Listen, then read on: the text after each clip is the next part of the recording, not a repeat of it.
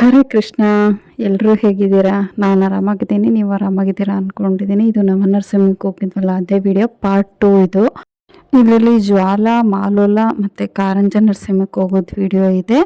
ಕೆಲವೊಂದು ರಾ ಕ್ಲಿಪ್ಪಿಂಗ್ಸ್ ಹಾಗೆ ಆ್ಯಡ್ ಮಾಡಿದ್ದೀನಿ, ನೋಡಿ. ಬಾ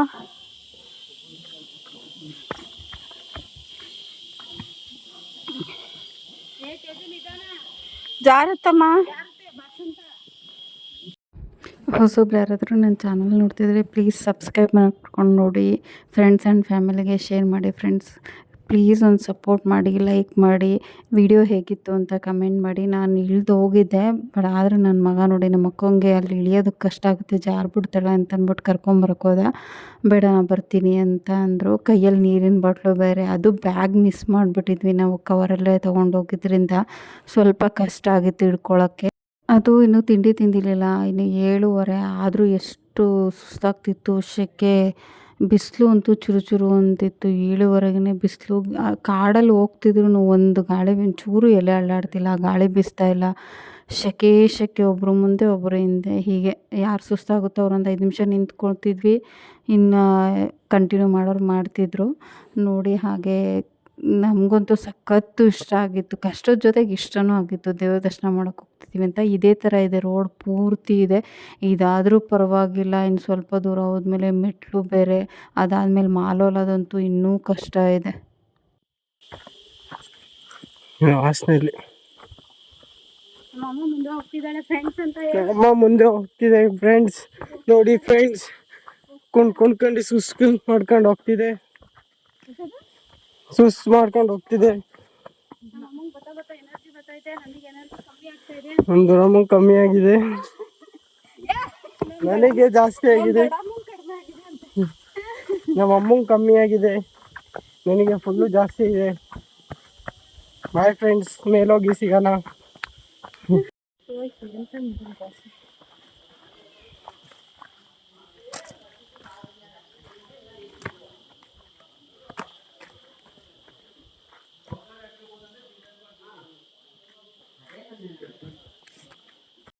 ಹಾಗೋ ಹೀಗೋ ಮಾಡಿ ಮೇಲೆ ಹತ್ಕೊಂಡು ಬಂದ್ವಿ. ನನ್ನ ಮಗ ಆಗಲೇ ಬಂದು ಕೂತಿದ್ದ, ಅಕ್ಕನ ಮಗ.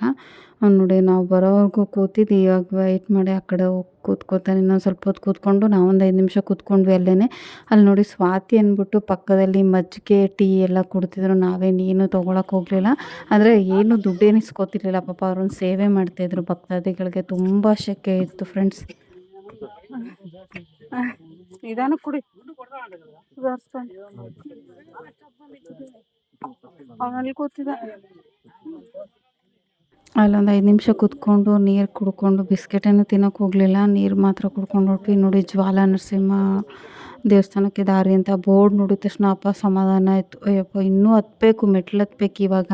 ಈಗೇನು ಕಲ್ಲು ರೋಡಲ್ಲಿ ನಡ್ಕೊಂಬಂದಿದ್ದೋ ಇವಾಗಿರೋದು ಸ್ಟೆಪ್ಸು ಈ ಥರನೇ ಇದೆ. ಸ್ವಲ್ಪ ದೂರ ಸಪೋರ್ಟಿಗೆ ಏನೂ ಇಲ್ಲ, ಈ ಥರ ನೋಡಿ ಫುಲ್ಲು ಇದ್ರ ಥರ.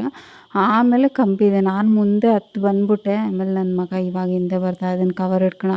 ಅಕ್ಕನ ಮಗ ಅಲ್ಲೇ ಕೂತಿದ್ರು, ಇನ್ನೂ ಸ್ವಲ್ಪ ಸುಧಾರಿಸ್ಕೊಂಡು ಬರಲಿ, ನಾವು ಕೂತಷ್ಟು ಸುಸ್ತಾಗ್ಬಿಡುತ್ತೆ.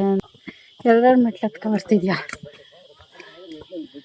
ನಾನು ಫಸ್ಟ್ ಹತ್ಬಿಟ್ಟಿದ್ದೆ, ಅದಕ್ಕೆ ನನ್ನ ಮಗ ನಾನು ರೀಚ್ ಮಾಡಬೇಕು ಅಂತ 2 ಮೆಟ್ಲು ಹತ್ಕೊಂಡು ಬರ್ತಿದ್ದೆ, ಅದನ್ನು ಆಡ್ಕೋತಾ ಇದ್ದೆ. ಆದರೆ ಸಣ್ಣ ಸಣ್ಣ ಮೆಟ್ಲು.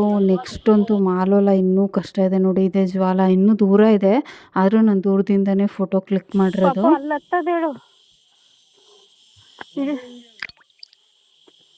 ಅದು ಹಿಂಗೆ ಗ್ರಿಪ್ಪು ಇಲ್ಲ, ನೆರಳು ಇಲ್ಲ, ಬಿಸಿಲು ಹೊಡಿತಾ ಇರುತ್ತೆ ನೋಡಲಿ.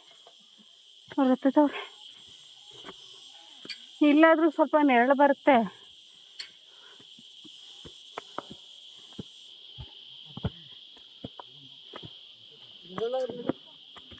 ಅಂತ ಜನ ಎಲ್ಲ ನಡೆಯುವ ನೋಡಿ ಎಂತ ಹೂವು ಇದು, ಬೆಟ್ಟದು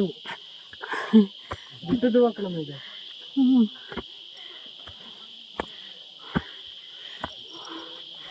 ಓ ಅದೇ ನರಸಿಂಹ ತಂದೆ ಊದೆ. ನನ್ನ ಮಗ ಹೇಗಿದ್ರು ಜನ ಎಲ್ಲ ಬೇಗ ದರ್ಶನ ಮಾಡ್ಬೋದು ಅಂತ ನಡಿಯಮ್ಮ ಅಂತ ಫೋರ್ಸ್ ಮಾಡಿ ಕರ್ಕೊಂಡು ಹೋಗ್ತಿದ್ದ, ನಿಲ್ಲಕ್ಕೂ ಬಿಡ್ತಿರ್ಲಿಲ್ಲ. ಇದು ಸ್ತಂಭಕ್ಕೆ ಹೋಗೋ ದಾರಿ, ಇಲ್ಲಿಂದ 3 ಕಿಲೋಮೀಟ್ರ್ ಹೋಗ್ಬೇಕಂತೆ. ನಾವು ಹೋಗೋಣ ಅಂತಿದ್ದ, ನಾವು ಇಲ್ಲೇ ಸುಸ್ತಾಗ್ಬಿಟ್ಟಿದ್ವಿ. ಇಲ್ಲೇ ಸುಸ್ತಾಗಿ ಹೋಗಿದೆ ನಾವು. ಉಗ್ರ ನರಸಿಂಹ ಸ್ತಂಭದವ್ರು ಬೇಡ ಬರೋ. ಇನ್ನೊಬ್ರು ಯಾರು ಇರ್ಬೇಕು, ನೀನು ಒಬ್ಬನೇ ತಕ್ಕ. ಅವನಿಲ್ಲ ಆತಿಲ್ಲ.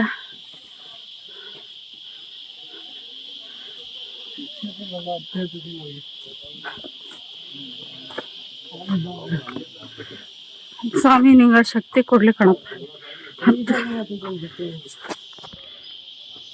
ಅವನು ಉಗ್ರ ಸ್ತಂಭಕ್ಕೆ ಹತ್ತೋಣ ಅಂತಿದ್ದ. ನನಗಾಗಲ್ಲ, ಇಲ್ಲೇ ಸುಸ್ತಾಗ್ಬಿಟ್ಟಿದ್ದೆ. ಒಂದ್ಸಲನಾದರೂ ಹತ್ಬೇಕು ಅಂತಿದ್ದ. ಆ ಸ್ವಾಮಿ ಅವನಿಗೆ ಶಕ್ತಿ ಕೊಡಲಿ, ಹತ್ತೋ ಥರ ಆಗಲಿ ಅಂತ ಅಂದ್ಬಿಟ್ಟು. ಇದು ಆಕಾಶಗಂಗೆ ಅಂತ, ಮೇಲಿಂದ ನೀರು ಬೀಳುತ್ತೆ. ಎಷ್ಟು ಫ್ರೆಶ್ ಆಗಿರುತ್ತೆ ಅಂದರೆ ಆ ಟೈಮ್ ಓದ್ಸಲಿ ಹೋದಾಗ ಮೇಲೆಲ್ಲ ನೀರು ಬೀಳ್ತಿದ್ದು, ಆ ಸುಸ್ತೆಲ್ಲ ಹಾಗೆ ಕಡಿಮೆ ಆಗಿಬಿಡುತ್ತೆ. ಇವಾಗ ಬರ್ತಿರ್ಲಿಲ್ಲ, ಒಂದೊಂದೇ ಹನಿ ಬೀಳ್ತಿತ್ತು. ಆದರೂ ನೋಡಿ ಇಲ್ಲೆಲ್ಲ ಜಾಗ ನಿಂದಿದೆಯಲ್ಲ, ಹನಿ ಬಿದ್ದೆ ಇಲ್ಲಿ.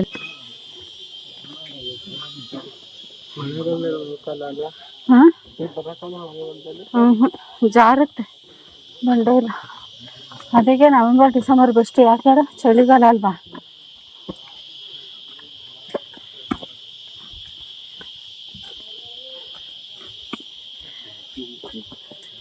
ಇನ್ನೂ ಸ್ವಲ್ಪ ಹೊತ್ತು ಮುಂದೆ ಹೋಗಬೇಕಿತ್ತು ದೇವಸ್ಥಾನಕ್ಕೆ. ಆದರೂ ನಾವು ಮಾತಾಡ್ಕೊಂಡು ಹೋಗ್ತಿದ್ದೋ ನಾನು ನನ್ನ ಮಗ. ನೋಡಿ ವೀವ್ ಹೇಗಿದೆ ಅಂತ. ಇದು ಎದುರುಗಡೆ ಬೆಟ್ಟ, ಅಲ್ಲಿಗೆ ನಾವು ಮಾಲೋಲಾಗಿ ಹೋಗಬೇಕು. ಇಲ್ಲಿಂದ ದರ್ಶನ ಮುಗಿಸ್ಕೊಂಡು ಚಪ್ಪಲಿ ಬಿಟ್ಟು ಹೊರಟ್ವಿ. ಅಲ್ಲೇ ಕೊಟ್ಟು ಬಂದಿದ್ರು ಅವಾಗ.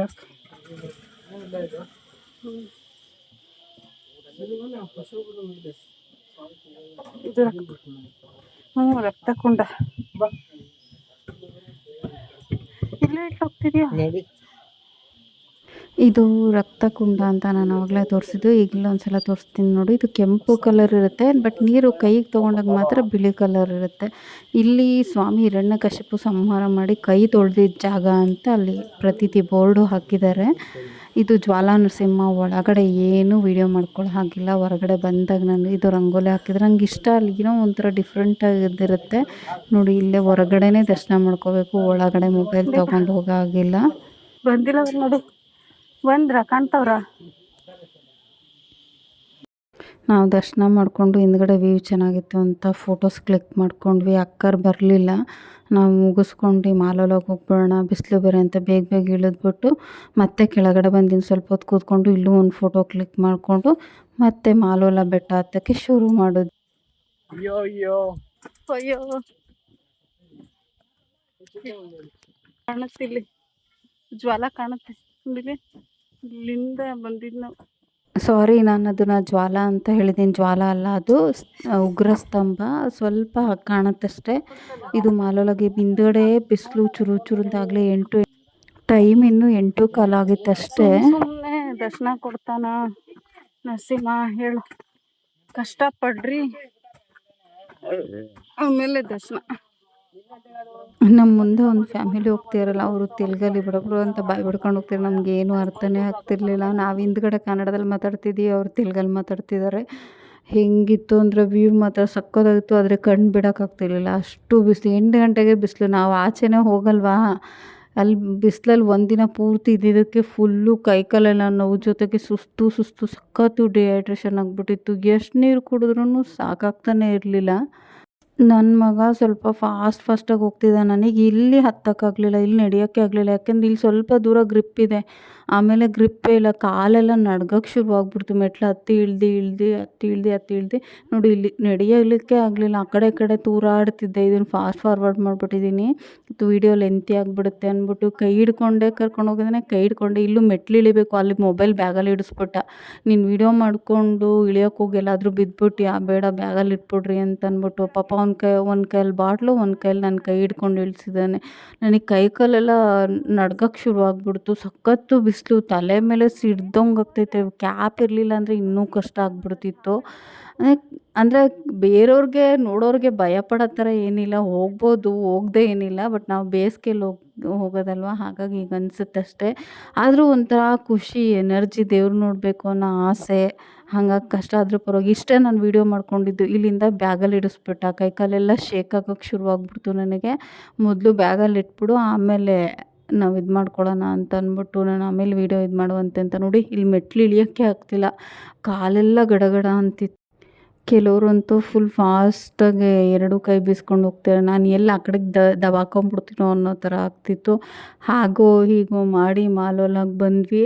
ಇಲ್ಲಿ ಜನ ಅಂದರೆ ಜನ, ಕ್ಯೂ ಇಲ್ಲಿಂದನೇ ಬಾಗಿಲಿಂದನೇ ಕ್ಯೂ ಇತ್ತು. ಈ ಕಡ್ಡಿ ಹಿಡ್ಕೊಂಡಿದ್ದಾರಲ್ಲ, ಅದು ಹಿಡ್ಕೊಂಡು ಗ್ರಿಪ್ಪಿಗೆ ಅಂದ್ಬಿಟ್ಟು ತೊಗೊಳೋದು. ನಾವು ಬಿಟ್ಟು ಬಂದಿದ್ವಿ ಬೇಡ ಅಂತ ಅಂದ್ಬಿಟ್ಟು. ನೋಡಿ ಇಲ್ಲಿ ಯೂಸ್ ಆಗುತ್ತೆ ಮಾಲೋಲಾದಲ್ಲಿ ಅಂತಲೇ ಈ ಕಡ್ಡಿ ತೊಗೊಂಬರೋದು. ನಾವು ಬಿಟ್ಟು ಬಂದ್ಬಿಟ್ಟಿದ್ವಿ. ಅದಕ್ಕೆ 5 ರೂಪೀಸ್ ಏನೋ ಚಾರ್ಜ್ ಮಾಡ್ತಾರೆ. ಅಲ್ಲೇ ಎಗ್ವಾದಲ್ಲೇ ಸಿಗುತ್ತೆ. ನಾವು ಮೆಟ್ಲು ಹತ್ತದಲ್ಲ, ಅಲ್ಲಿ ಫಸ್ಟಲ್ಲಿ ಒಂದು ದೇವಸ್ಥಾನ ಸಿಗುತ್ತಲ್ಲ, ನಾನು ಆವಾಗಲೇ ಹಾಕಿದ್ನಲ್ಲ ವಿಡಿಯೋ, ಲಾಸ್ಟ್ ವೀಡಿಯೋದಲ್ಲಿದೆ ನೋಡಿ, ಅಲ್ಲಿ ಸಿಗುತ್ತೆ, ಅಲ್ಲಿ ತೊಗೊಂಬಂದಿದ್ದಾರೆ. ನಾವು ಬೇಡ ಕಡ್ಡಿ ಏನು ಅಂತ ಅಂದ್ಬಿಟ್ಟು ಬಂದ್ಬಿಟ್ವಿ. ಇಲ್ಲೂ ನೋಡಿ ಎಷ್ಟು ಚೆನ್ನಾಗಿ ಸಾರಿಸಿ ರಂಗೋಲಿ ಎಲ್ಲ ಬಿಟ್ಟಿದ್ರು. ನನ್ನ ಮಗ ಒಳಗಡೆ ಹೋಗಿದ್ದೆ, ಇಲ್ಲಿಂದನೂ ಕ್ಯೂ ಇತ್ತು. ನಾವು ಹೊರಗಡೆನೇ ಒಂದು ಪ್ರದಕ್ಷಿಣೆ ಹಾಕ್ಕೊಂಬಿಡೋಣ ಅಂತ ಅಂದ್ಬಿಟ್ಟು ಫಸ್ಟ್ ಫೋಟೋ ಎಲ್ಲ ಕ್ಲಿಕ್ ಮಾಡಿಕೊಂಡು ಪ್ರದಕ್ಷಿಣೆ ಹಾಕ್ಕೊಂಬಿಟ್ಟು ಆಮೇಲೆ ದರ್ಶನ ಮಾಡೋಣ ಅಂತ ಅಂದ್ಬಿಟ್ಟು ಹೋದ್ವಿ ಒಳಗೆ.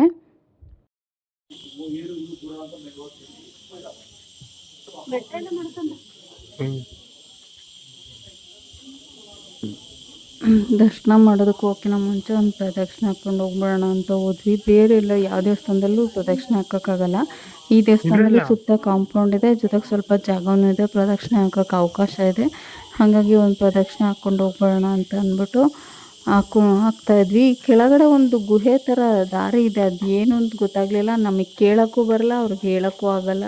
ಅಂದರೆ ಅಲ್ಲಿ ತೆಲುಗು, ನಾವು ಕನ್ನಡ, ನಾನು ಕೇಳಿದ್ದಕ್ಕೆ ಅದು ಅರ್ಥನೂ ಆಗೋಲ್ಲ. ಅಲ್ಲಿ ಎಗ್ವಾದಲ್ಲಂತೂ ಫುಲ್ಲು ರಶ್ ಇತ್ತು. ಹಾಗಾಗಿ ನಾವು ಮೊಬೈಲೇ ಆಚೆ ತೆಗಿಲಿಲ್ವ. ಹಾಗೋ ಹೀಗೋ ಮಾಡಿ ಎಗ್ವಾಗನ್ನು ನೋಡಿಕೊಂಡು ಇವಾಗ ಕೆಳಗಡೆ ಇಳಿತಿದ್ದೀವಿ. ಇಳಿಯೋಕ್ಕೂ ಆಗ್ತಿಲ್ಲ ನೋಡಿ, ಬೇಕಾದರೆ ನನ್ನ ಕಾಲು ಹೇಗಿಡ್ತಾ ಇದ್ದೀನಿ ಅಂತ ಬಳಕ್ತಾ ಇದೆ. ಹಾಗೆ ಮುಗಿಸ್ಕೊಂಡು ಹೆಂಗೋ ಇಳಿದ್ಬಿಟ್ಟು ಬಂದ್ವಿ. ನೋಡಿ ಇದು ಹಳೇದು ಡೋಲಿ, ನಾನು ಆವಾಗಲೇ ಹೇಳಿದ್ನಲ್ಲ ಈ ಥರನೇ. ಇವಾಗ ಕಾರ್ ಹತ್ಕೊಂಡು ಸ್ವಲ್ಪ ಮುಂದೆ ಬಂದರೆ ಇಳಿತಾ ಇದ್ದೀವಿ. ಈಗ ಬೆಟ್ಟ ಇಳಿಯೋ ಟೈಮಲ್ಲಿ ಇಲ್ಲಿ ಕಾರಂಜ ನರಸಿಂಹ ಅಂತ ಅಂದ್ಬಿಟ್ಟು, ಇಲ್ಲಿ ಹನುಮ ತಪಸ್ಸು ಮಾಡಿದ್ದಕ್ಕೆ ನರಸಿಂಹ ರಾಮನ ಅವತಾರದಲ್ಲಿ ದರ್ಶನ ಕೊಟ್ಟಿದ್ರಂತೆ. ಅದಕ್ಕೆ ಕಾರಂಜ ನರಸಿಂಹ ಅಂತ. ಹೋಟೆಲಿಗೆ ಬಂದ್ವಿ, ನಾವು ಹೇಳಿದ್ವಲ್ಲ, ಸ್ಟೇ ಮಾಡಿದ್ವಲ್ಲ ರೂಮು, ಅಲ್ಲೇ ತಿಂಡಿಗೂ ಹೇಳಿ ಬಂದ್ವಿ. ಬೇರೆ ಎಲ್ಲ ನೀರು ಕುಡಿಬೇಕಾಗುತ್ತೆ ಅಂತ ಅಂದ್ಬಿಟ್ಟು ಚಿತ್ರಾನ್ನ, ಮತ್ತು ಅವ್ರ ಪಾಪ ಚಿತ್ರಾನ್ನ ತಿನ್ನೋಕ್ಕಾಗಲ್ಲ ಅಂತ ಬಜ್ಜಿನೂ ಮಾಡಿದರು. ಚಿತ್ರಾನ್ನ ಬಜ್ಜಿ ತಿಂದ್ಬಿಟ್ಟು ಆಮೇಲೆ ನಾವೀಗ ಭಾರ್ಗವ ಮತ್ತು ಪಾವನ ನರಸಿಂಹಗೆ ಹೋಗಬೇಕು. ಅದಂತೂ ತುಂಬ ಕಷ್ಟ, ಅದು ನಡೆಯೋಂಗಿಲ್ಲ, ಏನಿಲ್ಲ, ಗಾಡೀಲಿ ಹೋಗೋದು. ಇಲ್ಲಿ ಬೆಟ್ಟ ಹತ್ತಿದ್ದಕ್ಕಿಂತ ನನಗೆ ಅಲ್ಲಿ ಹೋಗಿ ಬಂದಿದ್ದೆ ಸುಸ್ತಾಗಿದ್ದು. ನೆಕ್ಸ್ಟ್ ವೀಡಿಯೋದಲ್ಲಿ ನಾನು ಅದನ್ನು ಅಪ್ಲೋಡ್ ಮಾಡ್ತೀನಿ. ಪ್ಲೀಸ್ ಈ ವಿಡಿಯೋ ಏನಾದರೂ ಇಷ್ಟ ಆದರೆ ಪ್ಲೀಸ್ ಒಂದು ಲೈಕ್ ಮಾಡಿ, ಸಬ್ಸ್ಕ್ರೈಬ್ ಮಾಡ್ಕೊಂಡು ನೋಡಿ, ಸಪೋರ್ಟ್ ಮಾಡಿ. ಫ್ರೆಂಡ್ಸ್ ಆ್ಯಂಡ್ ಫ್ಯಾಮಿಲಿಗೆ ಶೇರ್ ಮಾಡಿ. ಪ್ಲೀಸ್ ಒಂದು ಲೈಕ್ ಮಾಡಿ. ನರಸಿಂಹ ಎಲ್ರಿಗೂ ಒಳ್ಳೇದು ಮಾಡಲಿ. ಪಾವನ ದರ್ಶನಂ ಪಾಪನಾಶನಂ ಅಂತ ಅದೊಂದು ಪ್ರತೀತಿ ಇದೆ. ಇಷ್ಟೋ ತನಕ ನಿಮ್ಮ ಟೈಮ್ ಕೊಟ್ಟು ವಿಡಿಯೋ ನೋಡಿದ್ದಕ್ಕೆ thank you so much. Please subscribe to my channel.